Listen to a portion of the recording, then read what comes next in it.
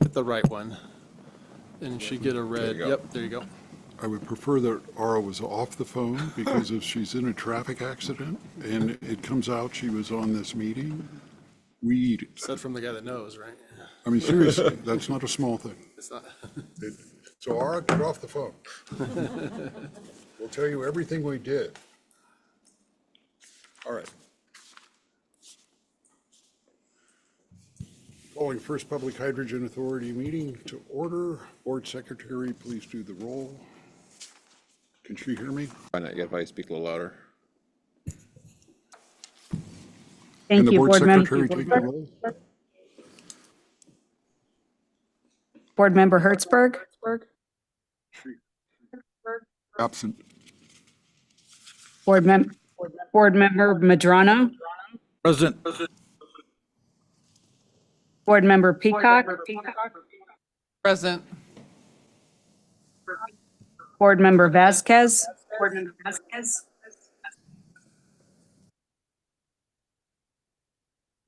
Board Member Brower. Absent. Vice Chair Ruggo. Here. Chair Paris. Here. Okay, let's do the flag salute.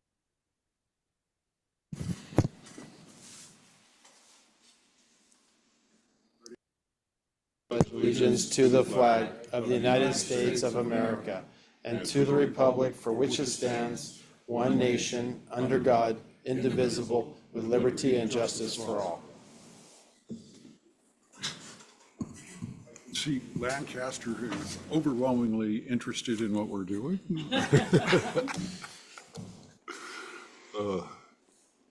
Anything to take off the consent calendar? No, sir. Any speaker cards on the consent calendar? None?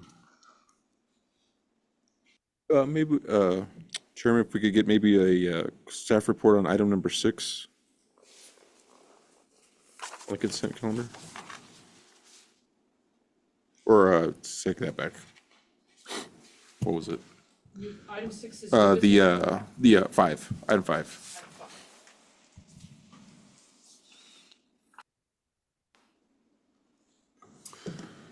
Great. Mayor, Chairman, and board members. Yeah, the item on the agenda is a lease agreement with Hydroplane, which is a hydrogen plane manufacturer. So she's actually manufacturing a plane that runs on hydrogen. She's working out of the Lancaster Airport currently. They needed office space and lab space to do some of their work from a fuel cell perspective. It's Anita Sengupta, who's a fantastic, not only a hydrogen guru, but she's a professor at USC. So they're going to be looking at renting office space in what we call the launch pad in Lancaster, which is our offices. And in that launch pad, we not only have space to develop hydrogen, we have space to test hydrogen and do some hydrogen efforts there. So she's not only going to participate in her efforts there at the site with some of her staff. We're also building a green energy microgrid at that site as well in partnership with Toyota. So she'll be working as the operator of that system as well, hopefully, as we're working with her on that. So that's going to be a demonstration site of an off-grid operation. And she's just a fantastic partner of ours and now a partner of First Public's and going to be operating her operation out of that site. Describe that. Describe. Oh, the microgrid. So as we've talked about here, stationary power is a key component of our operation and our business plan. That entails a couple of different things, a microgrid being getting power from an alternate source than the grid, ideally. In this case, it's a hydrogen source that we're going to be looking at for a small fueling station that is potentially maybe even a fueling trailer that connects to a fuel cell that's going to power a lab or building at this facility. That facility is going to operate, whether it be maybe a demonstration, an education center. We haven't determined the use case of it yet, but that'll be a great demonstration of how we power facilities without connecting to the grid. The Paris Center is, well, it's under construction now. We're designing it. The Paris Center, for everybody's background, is there's an event center that's going to be the next project. Not off-grid, I shouldn't say off-grid. It's going to be hydrogen powered. That's under construction now. We're designing the solar, battery, and fuel cell as we speak, as it relates to the energy components of there. So that will be a battery, a solar, battery, and fuel cell operated building, so that if the power goes out, it'll be able to be resilient for 365, 7 days a week, forever, based on its design. And that facility serves as a resilience center or an evacuation center for the Antelope Valley in northern LA County.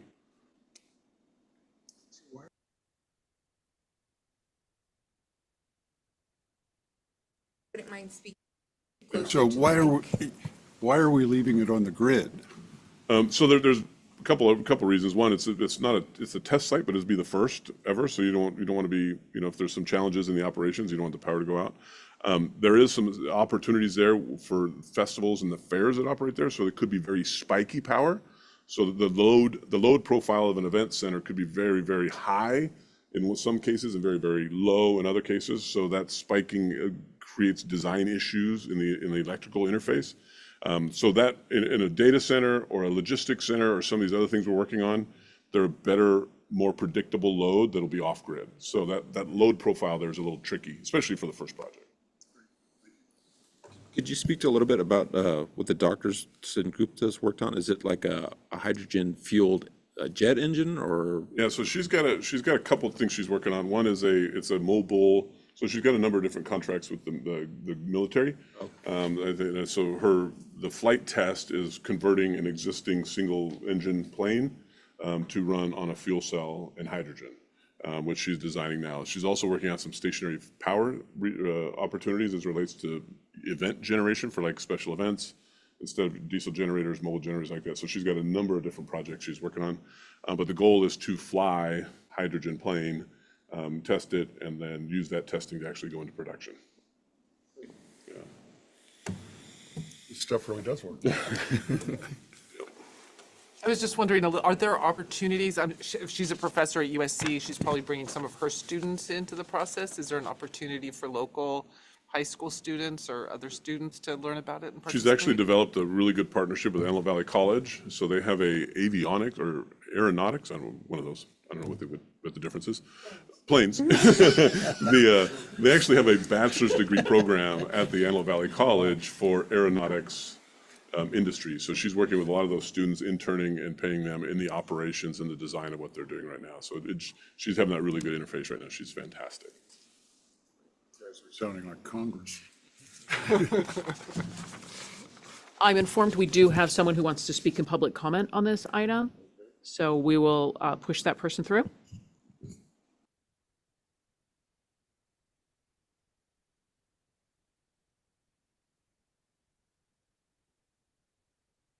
Laura Vasquez, if you could unmute, you can speak. Yeah, I'm not a member of the public. Until you get here, actually you are. So please go ahead and speak. I'm sorry. I'm on my way to the meeting, and I have been following the conversations, and I wasn't intending to make a comment about this other than I think this is very exciting. And this is the exact example that we wanted to show about First Public. But I wasn't raising my hand to make a public comment about this. Okay, thank you. Sorry about that. We thought you wanted to comment. Right, we're back. New business item 6. We need to take a vote on the. We need to vote on We gotta vote the on the consent consent calendar. calendar. I don't see any other requests to speak online or in person, so I think we're ready for a motion. I'll make the motion. I'll second it. Thank you, Board Member.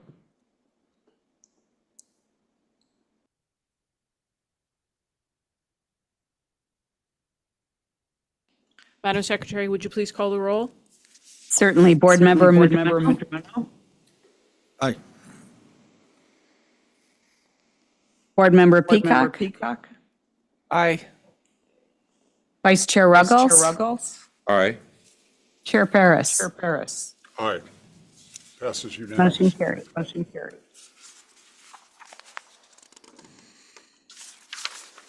Okay, new business item 7. Jason? 6. 6? 6. Oh, that's right. Chairman and board members, thank you. We have a new city joining us, so it's the city of Montebello. If you're not familiar with Montebello, Montebello is a fantastic city, I believe in East LA area. They have their own transit agency, which is, I think, the second or third largest transit agency, a city-run transit agency in LA County. They are in a fast conversion from their current product of diesel-powered buses or natural gas-powered buses to hydrogen buses. So they have a very keen role in playing with our agencies and playing in this joint powers authority. They are not only looking right now at a mobile refueler for some of the existing vehicles they have or future vehicles they have. We'll be working closely with them on the aggregation of power, aggregation of fuel, as we have been with other cities and other transit agencies. So it's a great addition to us. I was at their council meeting. They have a fantastic council, very entrepreneurial city management, and it's just really exciting to have them part of the team. They not only want to do transit, I think they have some economic development opportunities that we'll be talking to them about as it relates to powering facilities, new development, and other things in their community. So it's exciting to have them as a member. They voted 2 weeks ago, so tonight, the process is you have to vote a resolution to have them join. They took a resolution of their council to actually become a member. So we're looking forward to partnering with them and then having them join the team. Did they give a timeline on their bus transition? Do you remember the time? They provide that information and we track, and what we do is we match them with what the supply is. I want to say that it was about a year out. It was not anytime soon. Okay. I'd have to look back at my notes. I apologize. Yeah, they don't need it tomorrow. They don't need it tomorrow. Okay.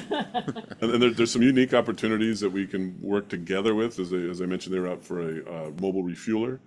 So when you look at the aggregation of the challenge we have with fuel, we also have challenges with fueling. So there may be some opportunities as we're talking to other city members to join that we can actually share in the fueling resources as well, which provide a really unique opportunity as cities to not only aggregate the fuel supply, but also maybe the fueling effort with a trailer that a member might have. So it's a really cool opportunity and a great member to have. Is there any agencies right now or companies that go out and just do that kind of service? Say, a vehicle runs out of hydrogen and they could go out and deliver hydrogen? I don't know that it's exactly as somebody runs out of hydrogen, but they do have direct relationships with people operating resources. And there are a number of different companies out there that do that, the delivery component of it. We had an RFP just recently go out for delivery services to actually engage some of those companies or one of those companies to join us to actually deliver our fuel. So there are companies that do that, absolutely. Now, as it relates to, hey, I'm out of gas, I'll deliver it to you, probably not. These are usually direct contracts, yeah. Not to ruin my own industry, but the industry I'm coming from, the towing industry, we tow a lot of vehicles that run out of electricity all the time. Right. So, I mean, hydrogen, obviously, you could deliver the molecule. An electric vehicle, you have no choice. You have to have it towed. But I tell you, Southern California Edison themselves spend a lot of money getting their electric trucks towed all the time because they run out of juice. That's funny. Wow. Yeah, a lot. I would just say, I mean, there are mobile hydrogen refueling trucks, if that's what you mean. Yeah. And so that, that technology is out there and does exist.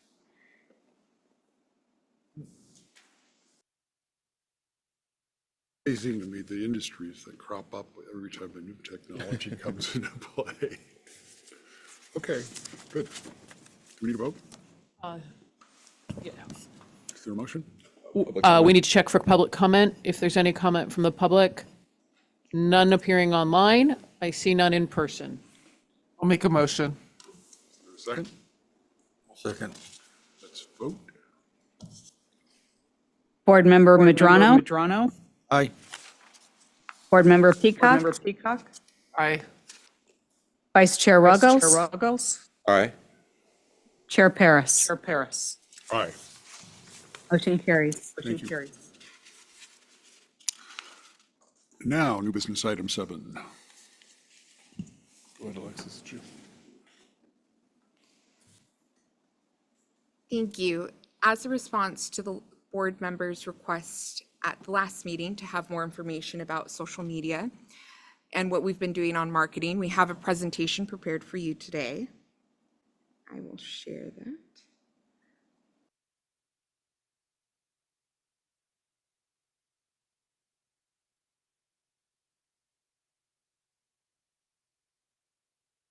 So our marketing, we've started since the very beginning at the first board meeting, and we have focused on 6 areas over the last few months, 9 months now, on building our brand. And that has been defining it, growing our follower base, establishing a digital presence, educating our audience, as well as establishing partnerships and creating resources. Everything that we do falls under 3 pillars. It's either educating the public about hydrogen, our operations at First Public, or milestones such as Montebello joining. In that time, we've had 12 press releases. And in those 12 press releases, they have been picked up 490 times. We've had a little over 7,000 folks, different web pages that have picked up those 12 press releases, 113 engagements, but our total audience has been 173 million. And we've had groups such as Yahoo Finance and AP pick up our stories both from when we formed and as we have new members join.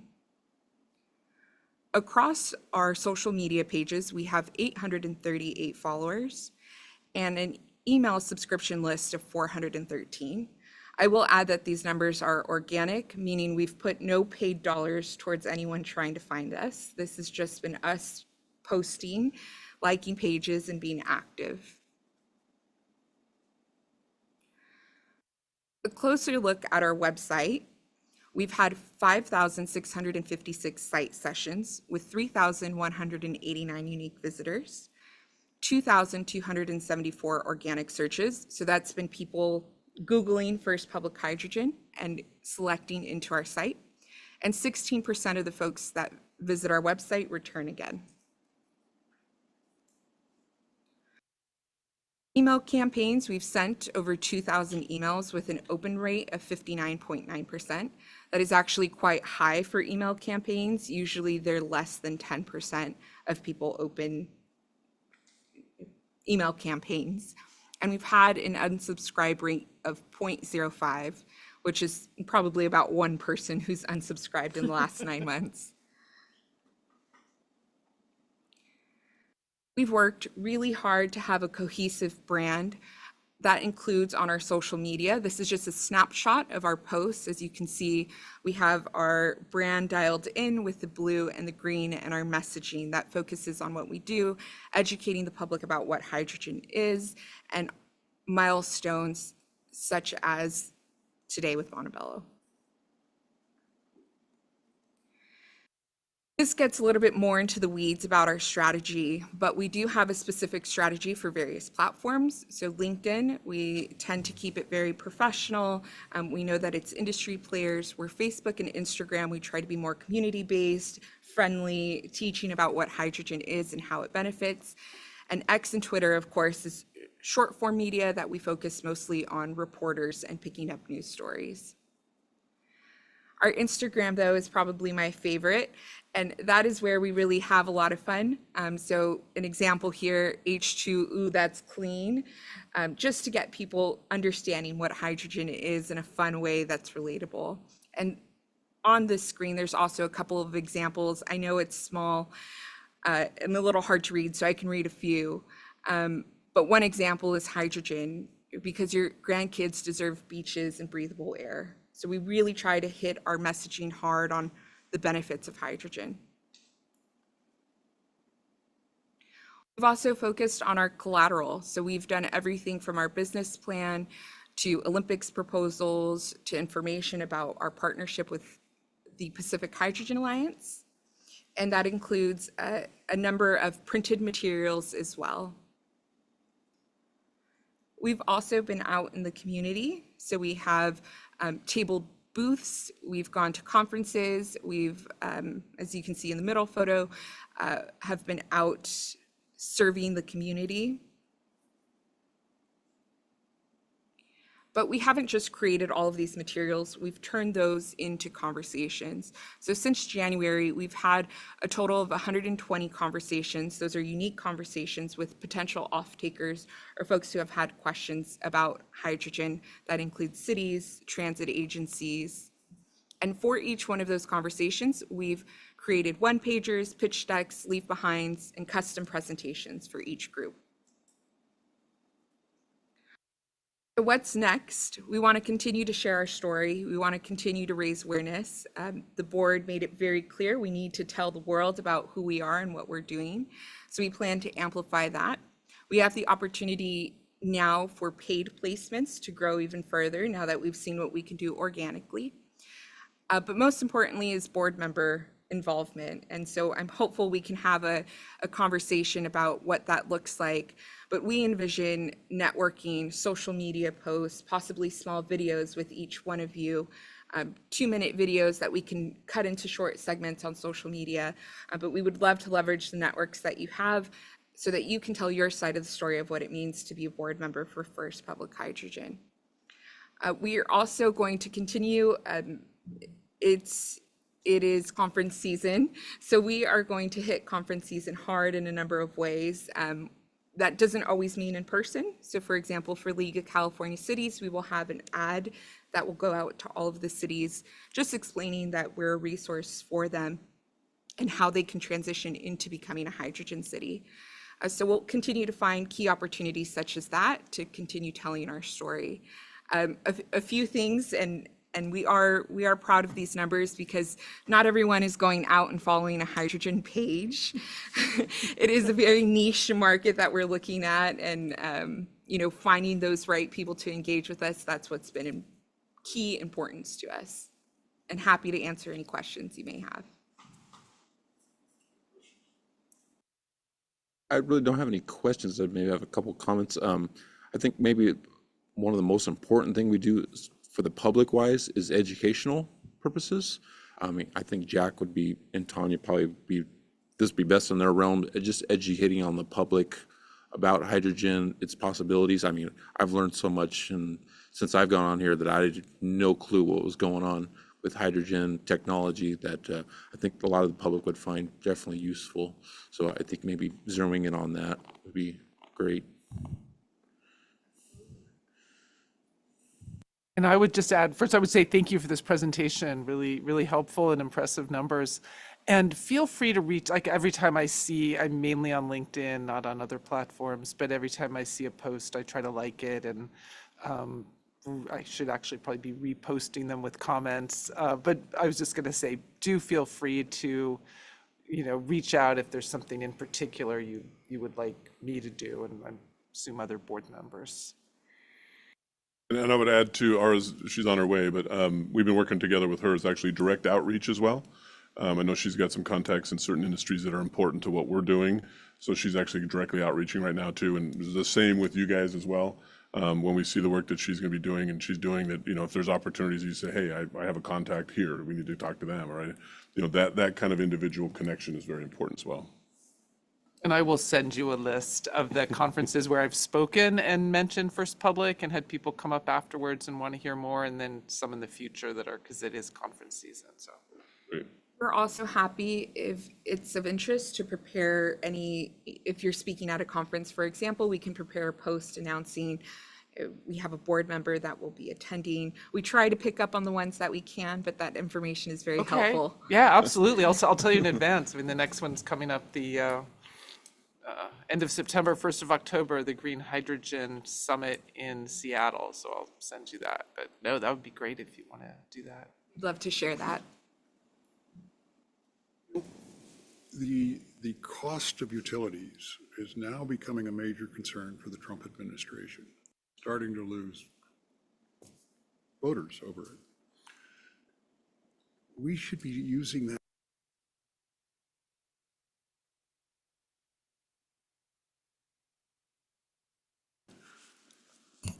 And I'm actually have a speech therapist now to make my voice louder, so I'll work on this. They discovered I had lazy vocal cords. Anyway, that being said, we're in a unique period of time.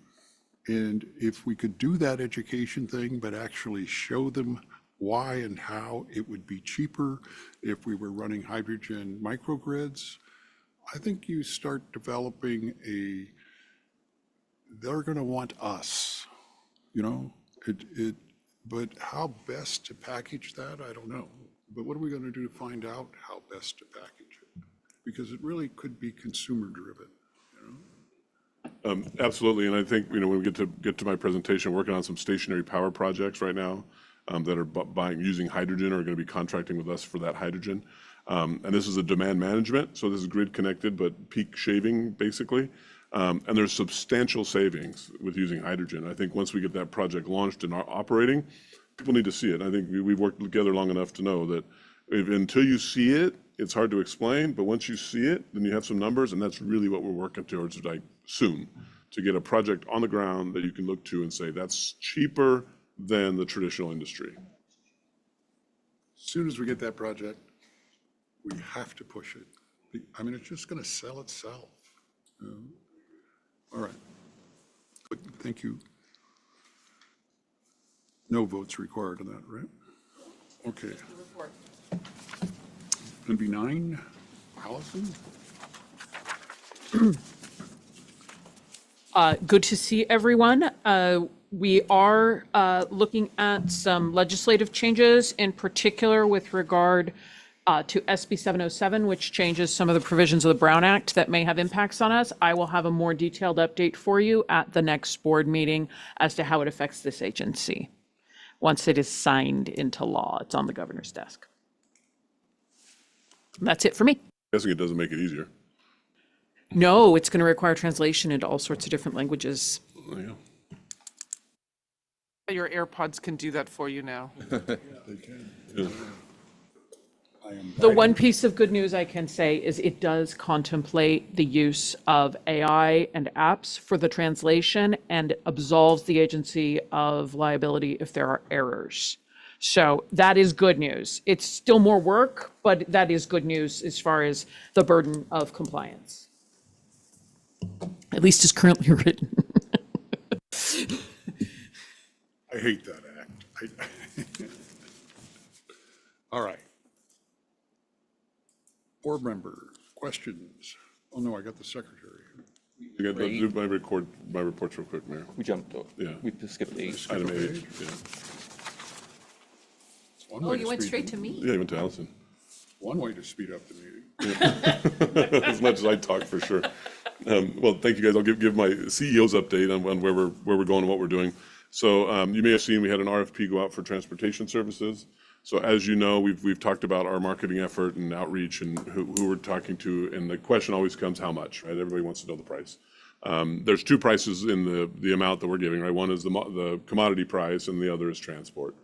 So we're looking for partners now to determine. We have some indicative pricing on what the transport is, but identifying partners in that transport process allows us to kind of be more specific on that delivery, but then also potentially bidding delivery, so that we know exactly where we're going with the product that we're providing, and able to actually give us direct pricing for that delivery. So that RFP is out there now.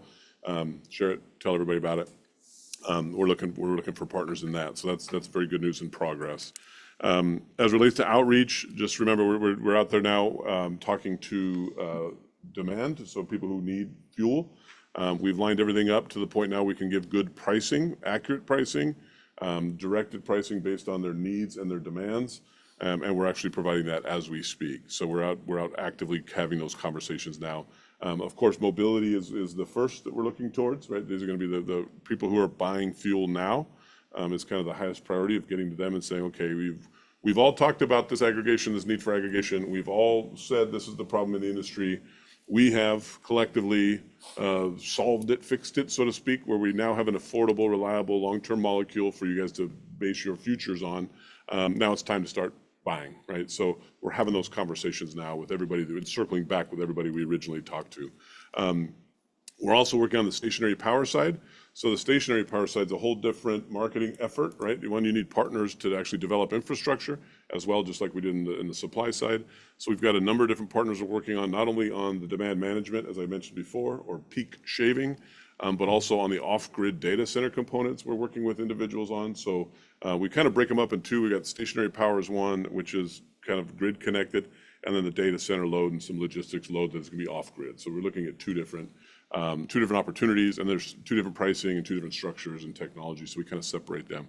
So we're actively out there having these conversations now. Started the conversation with Newell and industry to look for opportunities as relates to stationary power, whether it be demand shaving, fueling stations, or data center demands or new demands. And so we're actively engaging in that now. So we're having very good, not only conversations with developers and technology, but the pricing and the availability is looking very good as well. So it likely will be a larger market than the mobility. So just as it relates to perspective. And then new cities, we're talking to 3 or 4 new cities to join. Just remember, we're being selective on the cities that we're asking to participate. We are looking for them to have not only one, a demand for hydrogen, very similar like Fresno has a demand for hydrogen. Is for industry, they have their own utility grid that has a potential to interface, and with some others that have some strategic either locations or opportunities to partner and engage in the hydrogen city space. So I think we're actively out there, and there's probably 3 or 4 more that are going to come on board. And then eventually this board's going to need to determine how many we want. What are we doing as we grow and succeed in this effort? So we're actively out there doing that now. So that's my report. If you have any questions, I'd be happy to answer that. That was impressive. Without a note? There's a couple notes. I wrote them 5 minutes ago, but they're Just want to put myself on the record. Hello, everybody. Board Member Vasquez has joined the board. Thank you. And I want to make a comment about your report. Thank you so much. Because of nuances, being on the Zoom, I wanted to make a comment about I believe you mentioned the League of Cities earlier in your latest report. I think that's an incredible place to recruit more cities and to share with them who we are. If we are going for, the vicinity, and if we want to create somewhat a network of cities that will unite with us, I guess it will be the best way I can put it. So I know in the past with other industries, there have been presentations and they get very embedded in that space so that the cities learn and then they can come, to us and say, oh, I would love to be part of that too. So I just wanted to express that maybe there is a connection between the outreach to the cities that you're doing and that particular space in the marketing, plan that you guys presented earlier. And I think that could be a really good place to kind of recruit other cities. Well, educate them, actually. Yeah, and you're absolutely right. There's 2 things there. One is educate, the other is connect. And we have one of our partners, Chris Wilson, who you guys have all met, will be representing us there at the league. So we're very targeted on kind of the ideal city for us, right? We know cities, have been doing this a long time, whether they be strategically or regionally located, to actually have an identifier so that we can go out and directly reach out to those council members in a, I don't want to say safe environment, but in an environment we know everybody's at. And they're engaged in having the conversations about cities and what cities do. So we will have outreach there. So what is the perfect city?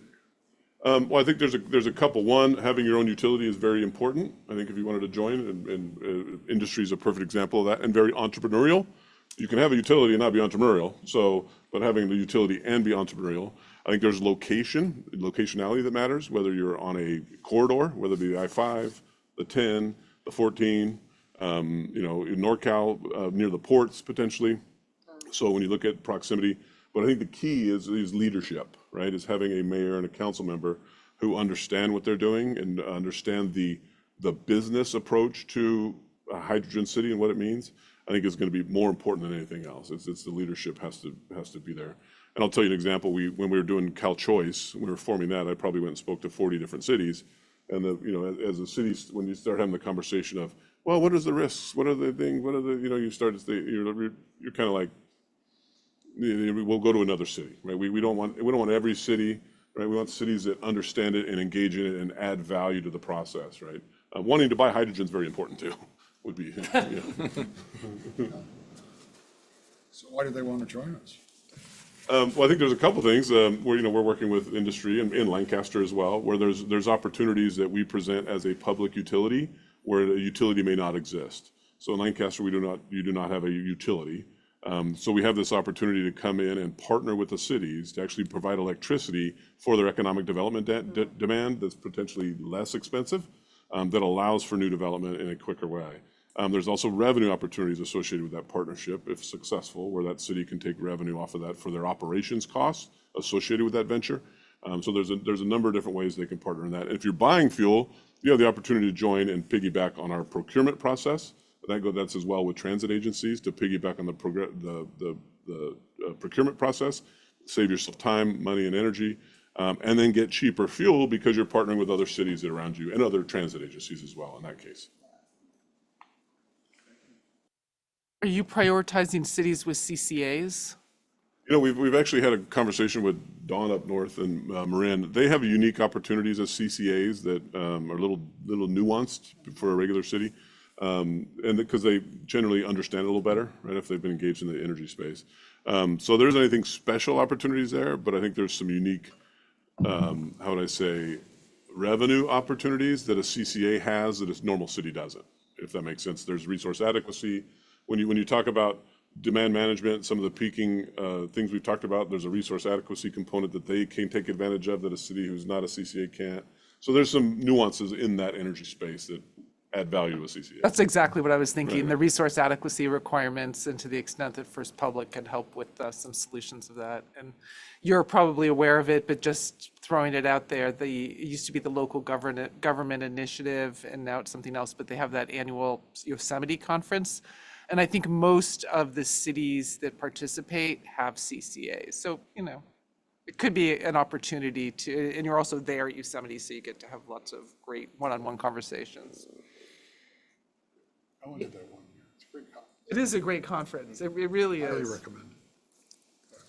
So do we have projections, how many cities we're going to have, say, in 12 months, 24 months? I think by December we'll have, well, we've got 4 now, we'll have probably 7, likely 10 by December. And I think we, like we did with Cal Choice, you get to a point where there's too many, 1 is not enough and 2 is too many or something, right? Yeah. I think that was your quote earlier. Or whatever, I misquoted you, Mayor. Just tell the world. Yeah.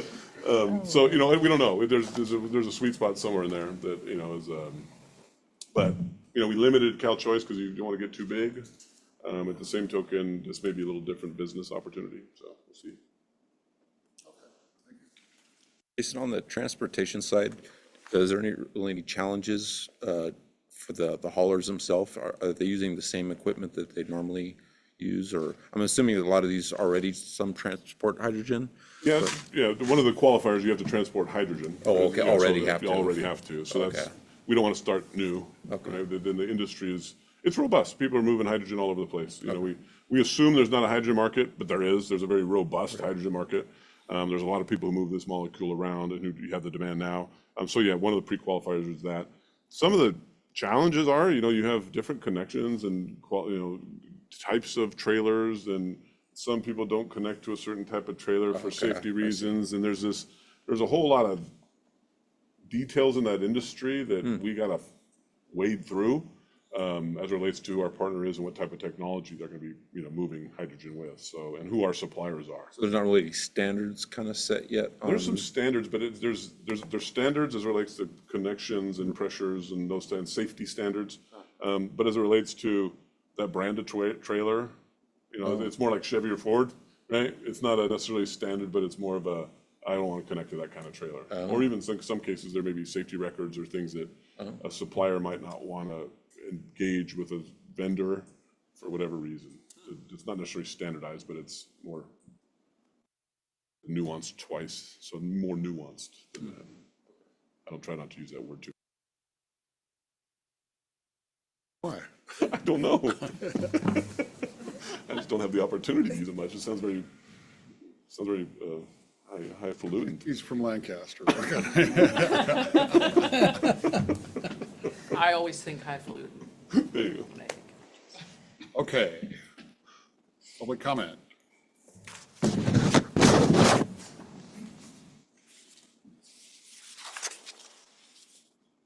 Is this thing on? Yeah, okay, so we're going forward. Now we're all we're all very excited, including us. My name is Will Crampton. I'm the VP of Business Development for Tuvirity, which is working with you. So now we're focused on, we're going to go forward with transportation.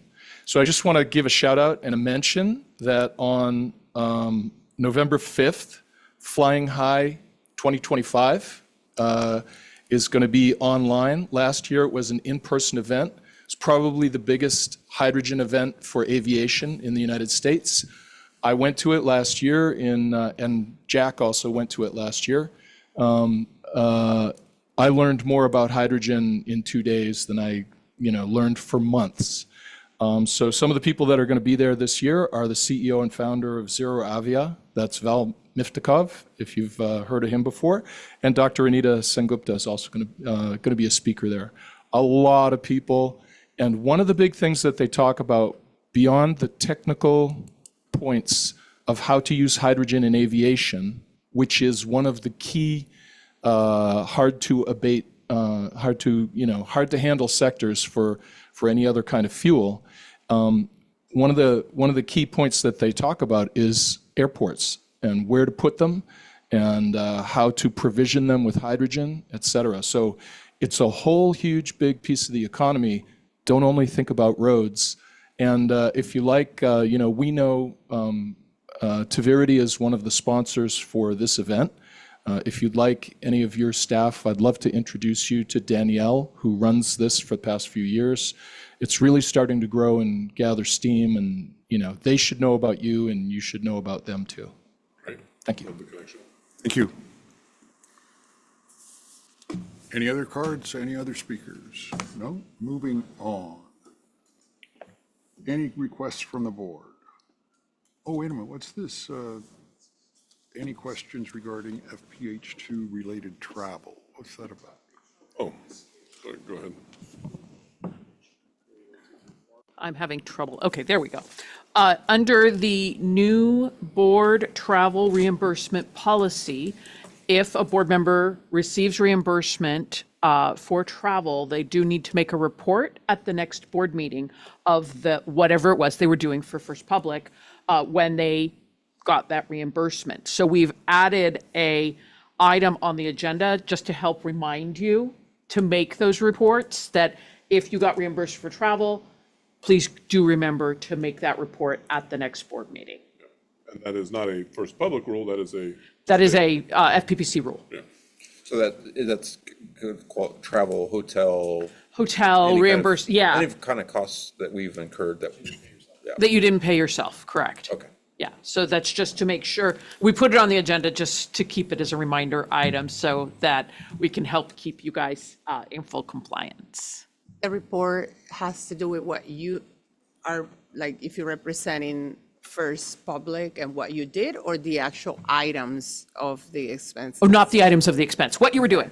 I went to the Clean Energy Conference and spoke, if, for example, you were doing that for First Public. I went to the Clean Energy Conference, I spoke about First Public. I was on a panel, and it was a great attendance. There were 30 people in attendance, and I got 25 questions, something like that. Very short, very to the point, but we wanted to make sure that there was a reminder on the agenda to make sure we kept you all in compliance. If people don't read, they couldn't just, we couldn't put it on something they could. Is it for the record? Like, we need to verbally have it for the We record? want to make sure you have it for the record. Yeah, the policy that you guys approved today requires you to do that because the Fair Political Practices Act requires it. Okay, So I just want to clarify for the record, so the conference I mentioned, most recently, the Renewable Energy Markets Conference, I did not get reambused. I did mention First Public, but I did not get reimbursed. You get Thank extra you for brownie clarification. points. Tanya, you're gonna get brownie points. Yeah, brownie points. if we didn't let lawyers in the legislature, we wouldn't have all these rules. Right. All right. Any requests for future agenda items? None? Actually, I do. And it's something that I've, I spoke with you, Jason, and Alexis a little while ago about, and it's just like this issue of transparency in for First Public's pricing. I'm just going back to sort of like some of the founding ideas and what are the benefits of First Public, and that's providing, as a public utility, providing more visibility into, hydrogen pricing and transportation and, the delivered cost of hydrogen, essentially more transparency into the delivered cost of hydrogen. So to the extent that that could, and I would like to request kind of a strategy and an approach to providing that so that we can be deliberate and be as transparent as we can, of course, making sure that we're compliant with any antitrust issues or any competitive issues. But just to make sure that that we've thought about it and we're doing our best to help, as a public utility, provide more transparency. Does that make sense? Yeah, absolutely. And there was an item on your agenda, the cost confidentiality policy, which I think stimulated some of the conversations Tanya and I have had. It is a delicate, and we need to spend time doing it because we have talked about, as a public utility, we have this opportunity to be transparent with this pricing. At the same token, we got to balance antitrust as well as anti-competitiveness in the marketplace. But there likely is a balance with the direction from the board to kind of say, how do we make this balance happen? Or at least a strategy for eventually releasing it. Maybe it's a time thing. I don't know, but we can look at it from a staff perspective. Thank you. Ultimately, what we do is to drive down the cost of hydrogen, right? I mean, ultimately, that's our purpose. And to do that, you need to announce too. You need to be able to say, this is the price. Which is a challenge because then you're saying, okay, now to beat us, you need to beat that price. So that's the balance. Anything else? Good. Then we will adjourn. The next regular meeting is scheduled for Thursday, October 16, 2025 at 2 p.m. The meeting is adjourned.